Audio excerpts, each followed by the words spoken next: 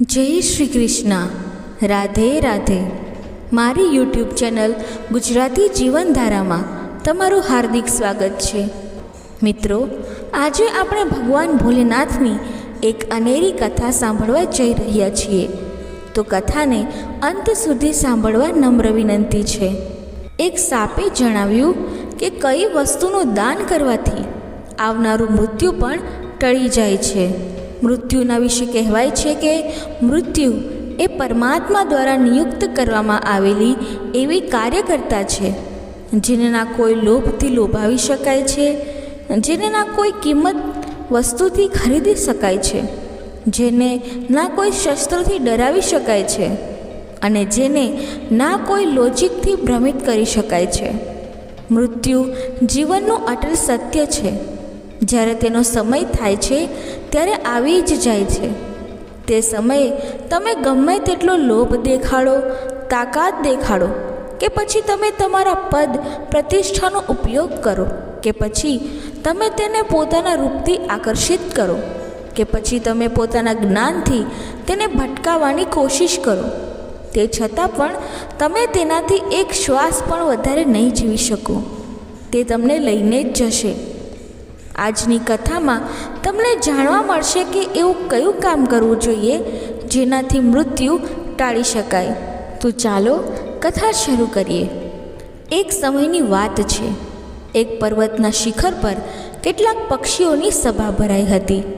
બધા જ પક્ષીઓ ટોળામાં બેઠા હતા. બધા પક્ષીઓની વચ્ચે ધર્મચર્ચા ચાલી રહી હતી. તે ધર્મચર્ચામાં એક પ્રશ્ન નીકળીને આવ્યો.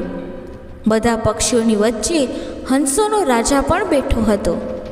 વિશાળ પંખવાળું પક્ષી મોર પણ ત્યાં બિરાજમાન હતું. તે ધર્મચર્ચાની વચ્ચે એક પક્ષીએ એક પ્રશ્ન ઉઠાવ્યો. હે ધર્મજ્ઞાનીઓ, મારા મનમાં એક અજીબ પ્રશ્ન ચાલી રહ્યો છે. અને પ્રશ્ન એ છે કે સંસારમાં કોઈ કામ એવું પણ છે જેનાથી આવનારા મૃત્યુને પણ ટાળી શકાય? કેમ કે કહેવાય છે કે મૃત્યુનો સમય અટલ હોય છે. જ્યારે કોઈનું મૃત્યુ આવી જાય છે ત્યારે કોઈ પણ વ્યક્તિ કે પ્રાણી એક ક્ષણને પણ ના ઘટાડી શકે કે ના કોઈ એક ક્ષણને વધારી શકે છે. શું ક્યારે એવું બન્યું છે કે કોઈએ મૃત્યુને ટાળી દીધું હોય? જ્યારે આ પ્રશ્ન સભામાં આવ્યો ત્યારે આ પ્રશ્ન સાંભળીને બધા જ પક્ષીઓ ચૂપ થઈ ગયા. કોઈની પાસે આ પ્રશ્નનો જવાબ નહોતો, કેમ કે બધા જ જાણતા હતા કે મૃત્યુ કોઈના પર દયા નથી કરતું. મૃત્યુની સામે કોઈ વ્યક્તિની રિશ્વત પણ કામ નથી આવતી.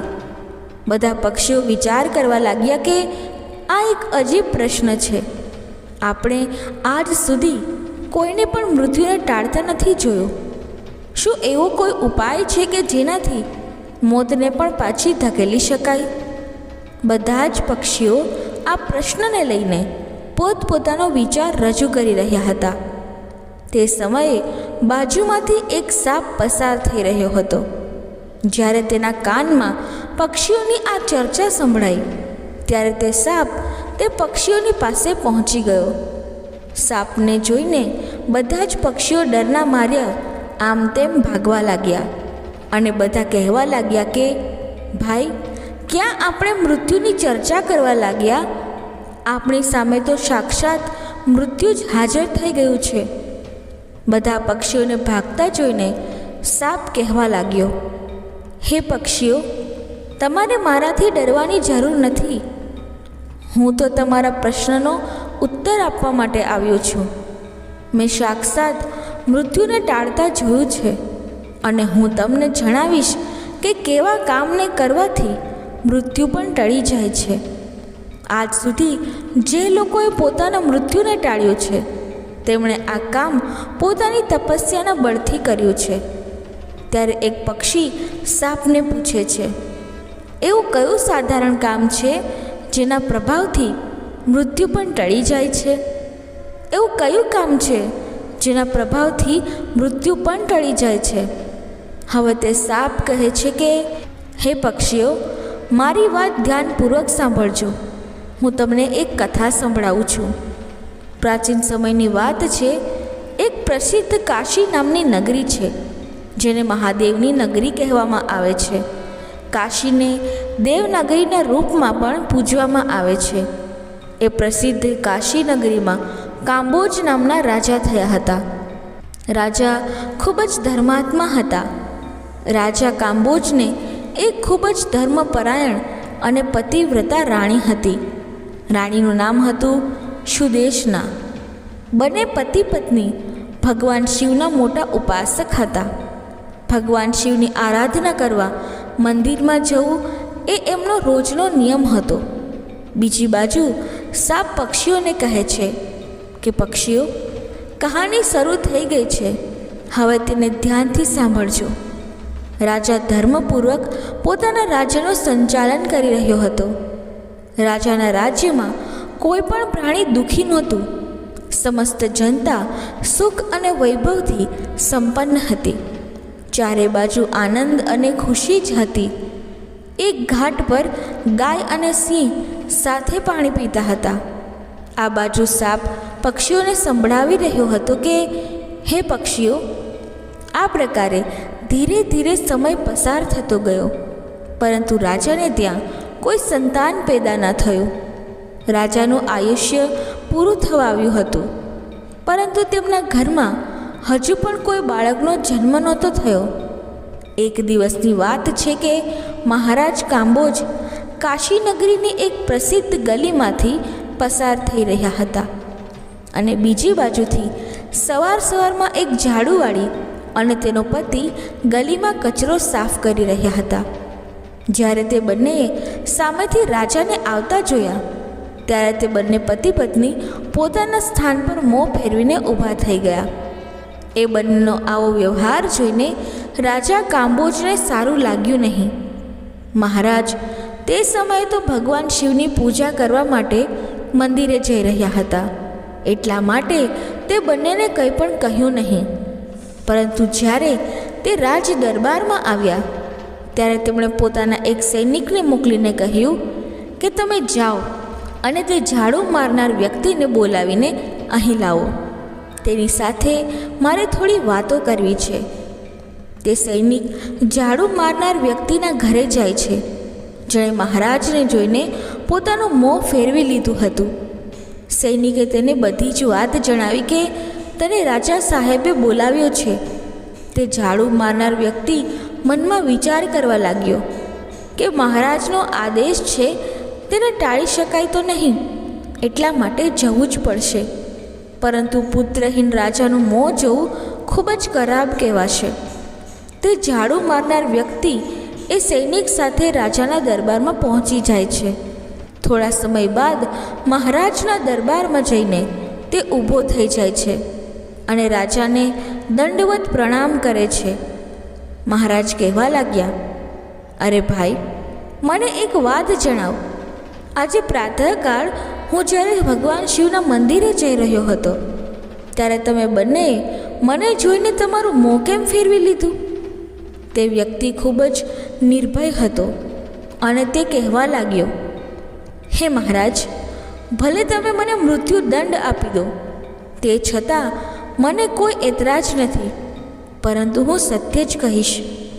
હે મહારાજ, તમારે ત્યાં તો પરમ વિદ્વાન અને શ્રેષ્ઠ ઋષિગણ અને રાજપુરોહિત હાજર છે. જો હું ખોટું બોલું તો તમે તેમને પૂછી લેજો. સવારમાં કોઈ તમારું મોં જોઈ લે તો તેનો આખો દિવસ ખરાબ થઈ જાય છે, કેમ કે તમે સંતાનહીન રાજા છો. એટલા માટે મેં તમને જોઈને મારું મોં ફેરવી લીધું.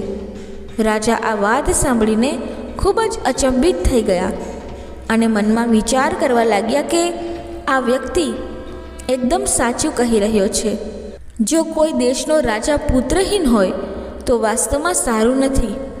મિત્રો, તે રાજાએ ઝાડુ મારનારને તેના ઘરે મોકલી દીધો અને મનમાં વિચાર કરવા લાગ્યા કે મારે ભગવાન શિવના મંદિરે જઈને એક પુત્રેષ્ઠી યજ્ઞ કરાવવો જોઈએ. આવો વિચાર રાજા કરવા લાગ્યા અને મહેલમાં પોતાના કક્ષમાં જઈને પોતાની મહારાણીને કહેવા લાગ્યા કે હે રાણી, આપણા નગરના લોકોને આપણું મોં જોવાથી ખૂબ જ તકલીફ થાય છે. કેમ કે આપણે સંતાનહીન છીએ. આપણને કોઈ પુત્ર કે પુત્રી નથી.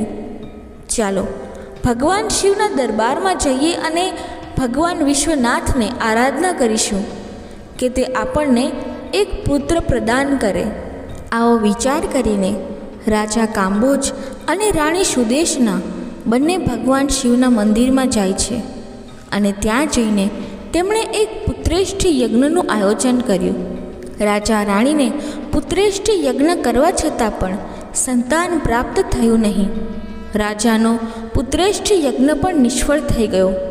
જેણે યજ્ઞ કરાવ્યો હતો તે પણ એ જાણીને ચિંતિત થઈ ગયો કે આજ સુધી મેં જેટલા પણ યજ્ઞ કરાવ્યા છે એમાંથી કોઈ પણ યજ્ઞ નિષ્ફળ નથી ગયો. લાગે છે કે રાજાના ભાગ્યમાં જ ખોટ છે. રાજાના ભાગ્યમાં ભગવાને સંતાનનું સુખ લખ્યું નથી. એટલા માટે તો આ પુત્રેષ્ઠ યજ્ઞ નિષ્ફળ થઈ ગયો. આ બાજુ પર્વતના શિખર પર તે સાપ કહે છે, હે પક્ષીઓ, રાજા પણ ખૂબ જ ધીરજવાન હતો. આ વાતથી રાજા સહેજ પણ વિચલિત ન થયો. રાજાએ પોતાના મંત્રીને કહ્યું, હે મંત્રી, તમે મારી ગેરહાજરીમાં આ રાજ્યનું સંચાલન કરો. હવે હું ભગવાન શિવની આરાધના કરીશ. આવો નિર્ણય કરીને રાજા ભગવાન શિવના મંદિરમાં બેસીને તેમની તપસ્યા કરવા લાગ્યા.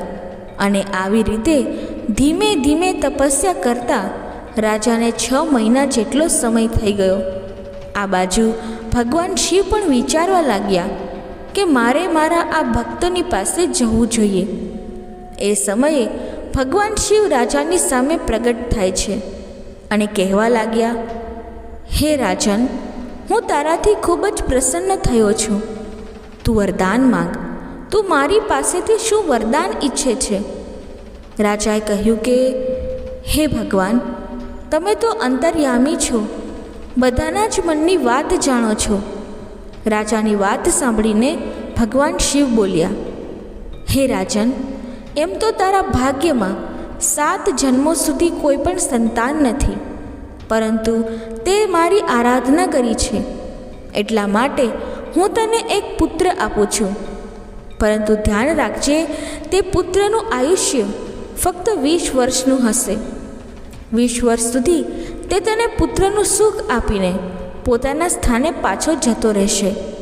રાજાએ વિચાર્યું કે ભલે 20 વર્ષ માટે, પણ મારા માથેથી પુત્રહીન હોવાનો કલંક તો મટી જશે. રાજાએ કહ્યું, જે પણ હોય ભગવાન, તમે મને પુત્ર પ્રદાન કરો. કહેવાય છે કે ગુણવાન મનુષ્ય થોડા સમયમાં ઘણું બધું કરી જાય છે.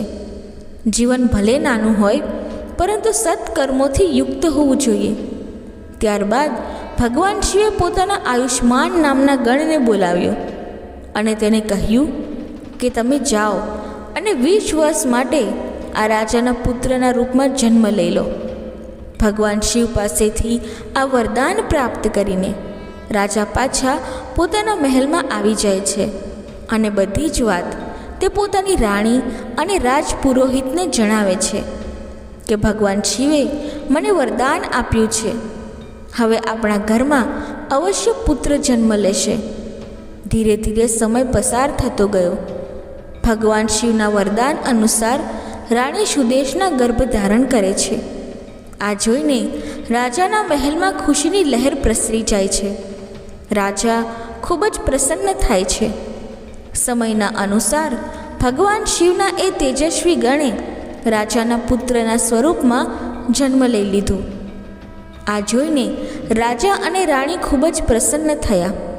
આખા નગરમાં ઉત્સવ મનાવવામાં આવ્યો કે મહારાજના ઘરે પુત્રનો જન્મ થયો છે. આખા નગરને સજાવવામાં આવ્યું અને આખા નગરમાં ખુશી મનાવવામાં આવી. રાજાએ પુત્રનું નામ આયુષ્માન રાખ્યું. ધીરે ધીરે આયુષ્માન મોટો થવા લાગ્યો. રાજકુમાર આયુષ્માન પોતાના પિતાની જેમ ખૂબ જ ધર્માત્મા અને ભક્તિ પ્રધાન હતો. રાજાનો પુત્ર ખૂબ જ ઝડપથી મોટો થવા લાગ્યો. ધીમે ધીમે સમય પસાર થવા લાગ્યો. પોતાના ઘરમાં પુત્ર આવવાથી રાજા હંમેશા પ્રસન્ન રહેતા હતા. પુત્રના લાડ પ્યાર અને લાલન પાલનમાં રાજા તે વાત ભૂલી જાય છે કે તેમના પુત્રનું આયુષ્ય ફક્ત 20 વર્ષનું જ છે. જ્યારે તે પુત્રની ઉંમર 14 વર્ષની થાય છે ત્યારે તે જ સમયની વાત છે. બીજા એક રાજ્યનો રાજા હતો ચંદ્રસેન. રાજા ચંદ્રસેનની એક પુત્રી હતી જેનું નામ ચંદ્રલતા હતું. ચંદ્રલતા રૂપ અને યૌવનમાં ઇન્દ્રની અપ્સરાઓ જેવી લાગતી હતી. એ ખૂબ જ સુંદર હતી. ચંદ્રલતા પણ ખૂબ જ દાન ધર્મ કરતી હતી.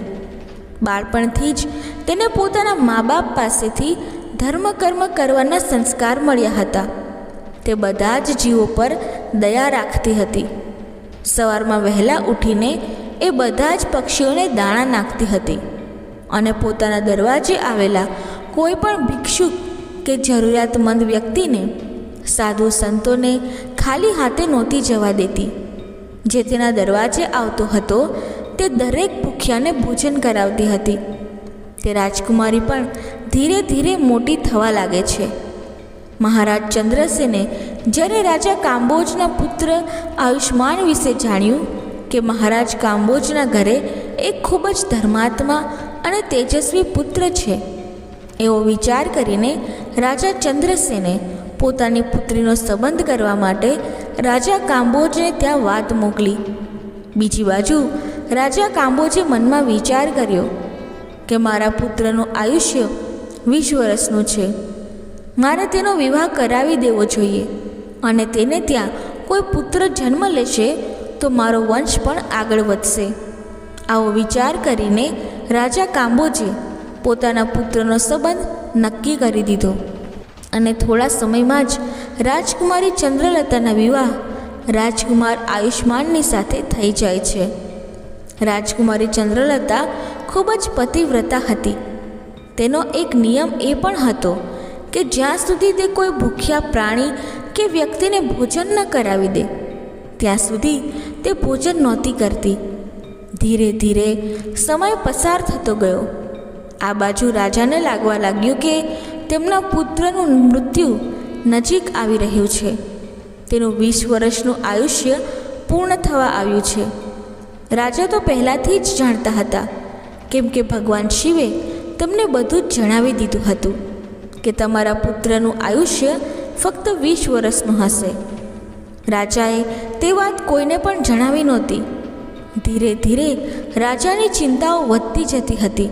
જેમ જેમ રાજકુમારની ઉંમર વધી રહી હતી તેમ તેમ રાજાની ચિંતા પણ વધી રહી હતી. જ્યારે રાજકુમારનું આયુષ્ય પૂરું થવામાં ફક્ત 3 જ દિવસ રહી ગયા ત્યારે રાજા વિચાર કરવા લાગ્યા કે હવે હું શું કરું? મારા પુત્રને 3 દિવસ બાદ કાળ ભરખી જશે. પુત્ર મોહના કારણે ભગવાન શિવના વરદાનને રાજા ભૂલી જાય છે અને પુત્રમાં આ શક્તિ હોવાના કારણે તે બીમાર પડી જાય છે. રાજા આ વાત જણાવીને બધાને ચિંતામાં નહોતા નાખવા માંગતા. હવે રાજાએ ભોજન કરવાનું પણ છોડી દીધું. હવે એ દિવસ પણ આવી ગયો જ્યારે તે રાજકુમારનું મૃત્યુ થવાનું હતું. તે દિવસે સવારથી જ રાજા ભગવાનના ધ્યાનમાં ડૂબી ગયા અને કહેવા લાગ્યા કે હે ભગવાન, તમે મને પુત્રના જવાના દુઃખને સહન કરવાની શક્તિ આપો. વિધાતાના લેખને તો કોઈ બદલી શકતું નથી. જે થવાનું છે એ તો થઈને જ રહેશે. આ બાજુ તે સાપ પક્ષીઓને સંભળાવે છે, હે પક્ષીઓ, તે રાજકુમારની નવવિવાહિત જે પત્ની હતી તે દરરોજ ભૂખ્યાને ભોજન કરાવતી હતી, પક્ષીઓને દાણા નાખતી હતી. દરરોજની જેમ આજે પણ તે પોતાના આ ધાર્મિક કાર્યમાં વ્યસ્ત હતી. આ બાજુ યમપુરીમાં ચિત્રગુપ્તે યમરાજને રાજકુમાર આયુષ્માનના મૃત્યુના વિશે જણાવ્યું. યમરાજે તરત જ પોતાના દૂતોને આદેશ આપ્યો અને કહ્યું કે જાઓ, અત્યારથી 1.5 કલાક પછી રાજકુમાર આયુષ્માનના પ્રાણ તેના શરીરમાંથી કાઢીને લાવવાના છે. રાજકુમાર આયુષ્માનના પ્રાણ તમે એવી રીતે આમ જ નહીં કાઢી શકો. એના માટે તમારે એક સાપની પાસે જઈને રાજકુમારના મૃત્યુ માટે તેને પ્રેરિત કરવો પડશે, કેમ કે તે રાજકુમારનું મૃત્યુ સર્પ કરડવાના કારણે થશે. કોઈ સાપ તેને કરડશે ત્યારે જ તમે તેના પ્રાણ હરી શકશો. યમરાજે પોતાના દૂતોને કહ્યું, ચાલો હવે ઉતાવળ કરો અને 1.5 કલાકની અંદર જ એના પ્રાણ લઈને આવવાના છે. યમરાજની આજ્ઞા મેળવીને 2 યમદૂતો રાજકુમાર આયુષ્માનના પ્રાણ લેવા માટે નીકળી ગયા. બીજી બાજુ યમરાજની માયાથી પ્રેરિત થઈને એક નાગ મનમાં વિચાર કરવા લાગ્યો કે આજે મારે રાજમહેલમાં પ્રવેશ કરવો જોઈએ અને રાજમહેલમાં મારે ફરીને જોવું જોઈએ. હવે તો તે સાપ ફરતા ફરતા રાજાના રાજમહેલમાં પ્રવેશ કરી ગયો. તે નાગને તો યમરાજે પ્રેરણા કરી હતી, એટલા માટે ફરતા ફરતા તે રાજકુમાર જ્યાં સૂઈ જતા ત્યાં પહોંચી જાય છે. તે નાગ રાજકુમારની પથારીમાં જઈને છુપાઈ જાય છે. યમરાજના બંને દૂત રાજકુમારના કક્ષના દ્વાર પર ઊભા થઈ જાય છે અને સમય સમાપ્ત થવાની રાહ જુએ છે. 1.5 કલાકનો સમય થશે ત્યારે તે નાગ રાજકુમારને ડંખ મારશે, ત્યારે આપણે તેમના પ્રાણ લઈને યમપુરી જઈશું. આ રીતે યમદૂતો વિચાર કરી રહ્યા હતા. બીજી બાજુ એક ગામમાં એક ગરીબ માણસ રહેતો હતો. તેના ઘરે એક કન્યાએ જન્મ લીધો હતો. તે પુત્રીનો વિવાહ તેણે સમયસર કરી દીધો હતો, પરંતુ તે પુત્રીનો જે પતિ હતો તે ખૂબ જ દારૂ પીતો હતો. દારૂ પીવો, પર સ્ત્રી ગમન કરવું તે તેનું કામ હતું. એટલા માટે તે ગરીબ દંપતીની પુત્રીને એટલે કે તેની પત્નીને હંમેશા હેરાન કરતો હતો. તેને મારતો હતો, ઘરમાંથી કાઢી મૂકવા માંગતો હતો. તે ગરીબ દંપતીની પુત્રી ત્યાં થોડો સમય માટે રહી, ત્યારબાદ તે ગર્ભ ધારણ કરે છે. એક દિવસે તે પોતાના પતિના મારપીટથી કંટાળીને પોતાના પિતાના ઘરે આવી જાય છે. તે દીકરીનો પિતા હવે વૃદ્ધ થઈ ગયો હતો, એટલા માટે તેને કોઈ આવક નહોતી આવતી. તે બિચારો ભીખ માંગતો હતો.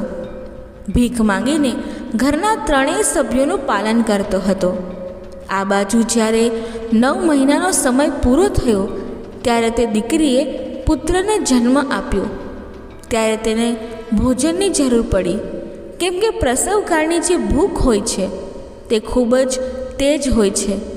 તે પોતાના પિતા પાસે ભોજન માંગે છે. એ બિચારો વૃદ્ધ પિતા ભોજન મેળવવા માટે પાડોશના ગામમાં જાય છે, પરંતુ તમે જાણો જ છો કે જે દરરોજ માંગવા જાય છે તેને લોકો ભીખ પણ નથી આપતા. ગરીબી સૌથી મોટો શ્રાપ છે. જેણે દેહ ધાર્યો છે તેમના માટે સૌથી મોટું અપમાનજનક કષ્ટ છે. ગરીબી પથ્થરથી પણ વધારે ભારે હોય છે. સૌથી મોટું દુઃખ ગરીબીનું હોય છે. તે ગરીબને કોઈ ખાવા માટે 4 દાણા પણ આપતું નથી. બીજી બાજુ એ દીકરીને ભૂખ ખૂબ જ પરેશાન કરી રહી હતી. ત્યારે તે દીકરી પોતાના પિતાને કહે છે, પિતાજી, હું ભૂખના કારણે મરી રહી છું. ભોજન વગર 3 દિવસ પસાર થઈ ગયા છે. તમને ભીખમાં કંઈ મળ્યું હોય તો મને ખાવા માટે આપો, નહીં તો હું મારા બાળકને જ ખાઈ જઈશ. ત્યારે તે વૃદ્ધ પિતા કહે છે, હે પુત્રી, તું આવું ના કરીશ. હું આજે પ્રયત્ન કરું છું ભોજન મેળવવા માટે. મને જે કંઈ પણ મળશે તે લઈને હું જલ્દી જ આવી જઈશ. આજે હું કાશીપુરીમાં જઈશ. ત્યાંના જે રાજા છે તેમના દ્વાર ઉપર જઈને હું ભીખ માંગીશ. જો કંઈ વસ્તુ ખાવા માટે મળશે તો હું તરત જ લઈ આવીશ.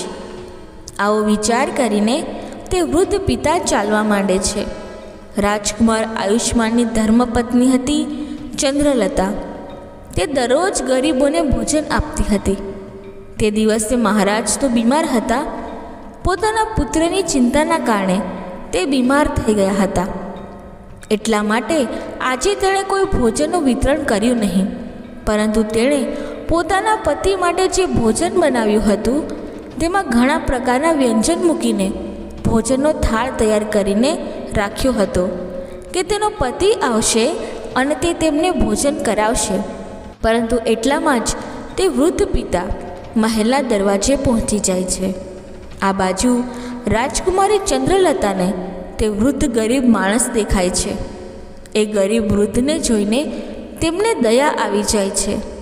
તે વૃદ્ધ પિતાએ તેમની તરફ જોઈને કહ્યું, હે બેન, જો મને અત્યારે થોડું ભોજન મળી જાય તો તમારું ખૂબ જ અહેસાન હશે. રાજકુમારીએ જોયું કે આ કોઈ ગરીબ માણસ છે અને મારી પાસે ભોજન માંગી રહ્યો છે. ભોજન તો મેં મારા પતિ માટે બનાવ્યું છે. જો આ ભોજનને તેને આપી દીધું તો મારા પતિ શું જમશે? પછી તેણે વિચાર્યું કે મારા પતિ તો હજુ આવ્યા પણ નથી. તે પોતાના બીમાર પિતા પાસે બેઠા છે. ત્યાં સુધી હું આ ભોજન આ ગરીબ વ્યક્તિને આપી દઉં છું. મારા પતિ આવી જશે ત્યારે હું તેમને બીજું ભોજન બનાવી આપીશ. આવો વિચાર કરીને રાજકુમારી ચંદ્રલતાએ જે ભોજન પોતાના પતિ માટે બનાવ્યું હતું તે 36 પ્રકારના વ્યંજનોથી સજાવેલી થાળી એ ગરીબ વૃદ્ધ માણસને આપી દીધી. વૃદ્ધ માણસ તે ભોજનને લઈને ચાલ્યો જાય છે. તે ઝડપથી ચાલતા ચાલતા ભોજનને લઈને પોતાના ઘરે આવી જાય છે, કેમ કે તેની દીકરી 3 દિવસથી ભૂખી હતી. બીજી બાજુ એવું બને છે કે તે રાજાનો પુત્ર આયુષ્માન પોતાના પિતાની દેખરેખ રાખીને પોતાના કક્ષ તરફ જઈ રહ્યો હોય છે. તેના દરવાજા પર 2 યમદૂત તૈયાર ઊભા હતા અને તે નાગ તેને ડંખ મારવા માટે તેની પથારીમાં છુપાઈને બેઠો હતો. બીજી બાજુ તે વૃદ્ધ માણસે ભોજન લઈ જઈને પોતાની પુત્રીને આપી દીધું. આ બાજુ રાજકુમાર આયુષ્માન પોતાના કક્ષ તરફ જઈ રહ્યો હતો. કહેવાય છે કે જ્યારે સારો સમય ચાલતો હોય છે ત્યારે બધું જ સરસ થાય છે. તમારે ધ્યાન રાખવું જોઈએ કે કોઈ પણ આપત્તિને કાઢવા માટે એક સંકેત જ કાફી હોય છે. જો તમે તે સમયને ઓળખી જાઓ તો તે સંકેતને સમજી લો ત્યારે મોટામાં મોટી આપત્તિ પણ ટાળી શકાય છે. રાજકુમારે જ્યારે પગથિયા પર પગ મૂક્યો ત્યારે તેને છીંક આવી. બીજી બાજુ તેનો નક્કી કરેલો સમય પૂરો થવાનો હતો. યમના દૂતો ખૂબ જ ઉતાવળા થઈ રહ્યા હતા કે 1.5 કલાકનો સમય પૂરો થવાનો છે અને તેમાં થોડીક જ ક્ષણો બાકી રહી છે. બીજી બાજુ તે નાગ પણ ગુસ્સામાં બેઠો હતો. રાજકુમારની આવવાની રાહ જોઈ રહ્યો હતો. તે રાજકુમાર આવશે અને હું તેને ડંખ મારીશ. બીજી બાજુ તે વૃદ્ધ પિતાએ ભોજન લઈ જઈને પોતાની પુત્રીને આપ્યું. પુત્રીએ જ્યારે ભોજન ખાધું ત્યારે તે પૂછવા લાગી કે પિતાજી, આ ભોજન તમને કોણે આપ્યું છે? ત્યારે તેના પિતાએ કહ્યું કે પુત્રી, આ ભોજન અહીંના રાજાની પુત્રવધૂએ આપ્યું છે. અહીંના રાજાની જે પુત્રવધુ છે એણે મારા પર દયા કરીને આ સ્વાદિષ્ટ ભોજન મને આપ્યું છે. ભોજન જોઈને તે દીકરીના આત્મામાંથી આશીર્વાદ નીકળવા લાગ્યા. તે ભગવાનને પ્રાર્થના કરવા લાગી કે હે ભગવાન, જેણે પણ મને ભોજન આપ્યું છે તેનો સુહાગ અમર થઈ જાય. તે હંમેશા સૌભાગ્યવતી બનીને રહે. જેવો જ તે ભોજનની થાળીમાંથી ગ્લાસ પોતાના મોં તરફ લે છે એ સમયે તેના આત્મામાંથી આશીર્વાદ નીકળે છે કે આ ભોજન આપનારનો પતિ અમર થઈ જાય. કહેવાય છે કે સાચા આત્મામાંથી નીકળેલા આશીર્વાદ જરૂર ફળે છે. આ બાજુ તે દીકરીનો આશીર્વાદ ભગવાન પાસે જાય છે ત્યારે ભગવાન શિવનું સિંહાસન હલવા લાગે છે. આ શું થયું? મારું સિંહાસન કેમ હલી રહ્યું છે? ભગવાન શિવ મનમાં વિચાર કરવા લાગ્યા. દુનિયામાં એવું શું બનવા જઈ રહ્યું છે? તેમણે તરત જ નારદ મુનિને બોલાવ્યા અને કહ્યું કે તમે 3 લોકમાં જઈને આવો અને જુઓ કે 3 લોકમાં શું ઘટના બનવા જઈ રહી છે. નારદ મુનિ એવા હતા કે જે પળ માત્રમાં 3 લોકની જાણકારી લાવવામાં સક્ષમ હતા. આ બાજુ નારદ મુનિએ જોયું અને તેમને બધું જ સમજમાં આવી ગયું. ભગવાન શિવ પાસે જઈને કહ્યું કે પ્રભુ, એક વિચિત્ર દ્રશ્ય દેખાઈ રહ્યું છે. રાજા કાંબોજના પુત્રના મૃત્યુનો સમય આવી ગયો છે. યમદૂત દરવાજા ઉપર ઊભા છે. નાગ તેની પથારીમાં ફેણ માંડીને બેઠો છે. રાજકુમાર પગથિયાં ચડીને ઉપર જઈ રહ્યો છે. જેવો જ તે પોતાના પલંગ પર જઈને બેસશે ત્યારે નાગ તેને ડંખ મારશે. બીજી બાજુ તે વૃદ્ધ પિતાની પુત્રી રાજકુમારીને આશીર્વાદ આપી રહી છે. તેના આત્મામાંથી આશીર્વાદ નીકળી રહ્યા છે કે તેનો સુહાગ અમર થઈ જાય. હે ભગવાન, આ કેવો વિચિત્ર સંયોગ છે. એક બાજુ મૃત્યુ લેવા માટે ઊભું છે અને બીજી બાજુ આશીર્વાદ તેના લાંબા આયુષ્ય માટે પ્રાર્થના કરી રહ્યા છે. નારદ મુનિ બોલ્યા, હે પ્રભુ, હવે શું થશે? ત્યારે ભગવાન શિવ કહે છે કે વિધાતાએ જે લખ્યું છે તે જ થશે. તમે જોતા જાઓ, બધું સારું જ થશે. ભગવાન શિવ ત્યાંથી અંતર ધ્યાન થઈ જાય છે. બીજી બાજુ તે રાજકુમાર પગથિયાં ચડીને પોતાના પલંગ તરફ જઈ રહ્યો છે. આ બાજુ યમદૂતો તૈયાર ઊભા છે અને વિચારવા લાગે છે કે હવે આપણું કામ થઈ જશે. બીજી બાજુ રાજકુમાર પોતાના પલંગ પર જઈને બેસે છે. જેવો જ નાગ ડંખ મારવાની કોશિશ કરે છે ત્યારે દાનની શક્તિ વચ્ચે આવીને ઊભી થઈ જાય છે, જેના કારણે નાગ શિથિલ થઈ ગયો. તેનાથી ચાલી પણ નહોતું શકાતું. તે નાગમાં હવે આગળ વધવાની શક્તિ ન હતી. નાગ વિચારવા લાગ્યો કે હું તો આ રાજકુમારને મારવા માટે આવ્યો હતો, પરંતુ હવે મારાથી ચાલી પણ શકાતું નથી. આ બધું શું થઈ રહ્યું છે? આ બધું તે આશીર્વાદનો પ્રતાપ હતો જે તે ભૂખી દીકરીએ આપ્યો હતો. કહેવાય છે કે જ્યારે શ્રાપ લાગે છે ત્યારે આશીર્વાદ પણ લાગે છે. રાજકુમાર અને નાગની વચ્ચે આશીર્વાદ અને દાનની શક્તિ આવીને ઊભા થઈ જાય છે. રાજકુમારીનું દાન મૃત્યુને આગળ વધવા દેતું નથી. યમદૂત દાનની શક્તિને કહેવા લાગ્યા કે તું અહીંથી ચાલી જા, અમને અમારું કામ કરવા દે, અમે આ રાજકુમારના પ્રાણ લઈને જઈશું. ત્યારે તે દાનની શક્તિ અને તે આશીર્વાદ કહેવા લાગ્યા, આવું ક્યારે પણ સંભવ નહીં થાય કે અમારા હોવા છતાં તમે રાજકુમારના પ્રાણ હરી લો.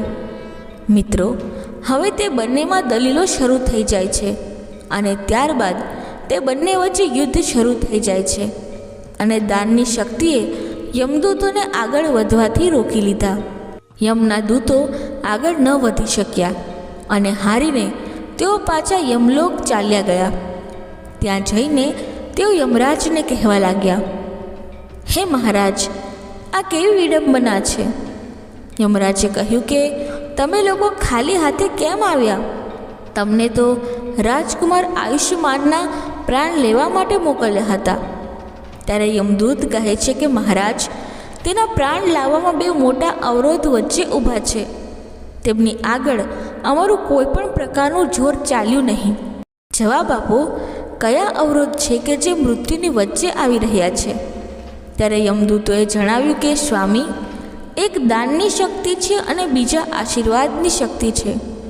ત્યારે યમરાજ કહે છે કે હે પાર્ષદો, લાગી રહ્યું છે કે જીવોને લાવતા લાવતા તમે હવે વૃદ્ધ થઈ ગયા છો.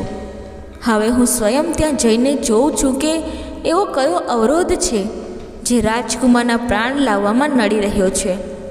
બીજી બાજુ તે સાપ પક્ષીઓને કહે છે કે હે પક્ષીઓ, યમરાજ હવે સ્વયં ધરતીલોક પર આવ્યા. હવે ભગવાન શિવે મનમાં વિચાર્યું કે મારે આમની વચ્ચે સમાધાન કરાવવું પડશે.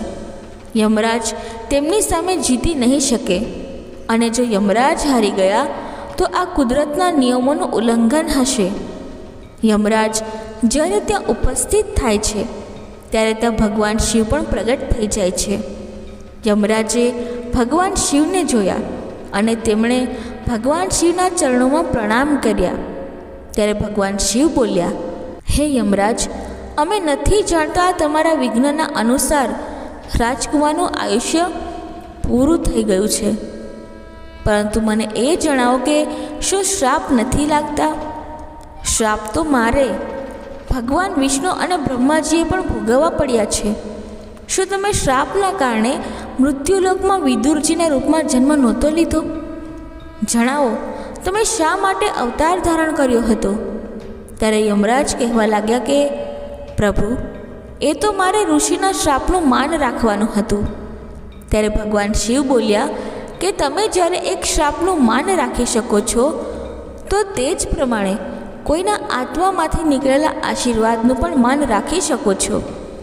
એને તમે કેવી રીતે નિષ્ફળ કરી શકો? યમરાજ ભગવાન શિવને કહે છે, હે પ્રભુ, હવે તેનો ઉપાય તમે જ કરો. ત્યારે ભગવાન શિવ બોલ્યા કે તમે આ રાજકુમારનું આયુષ્ય 100 વર્ષ કરી દો અને 100 વર્ષ પછી તમે તેને લઈ જજો.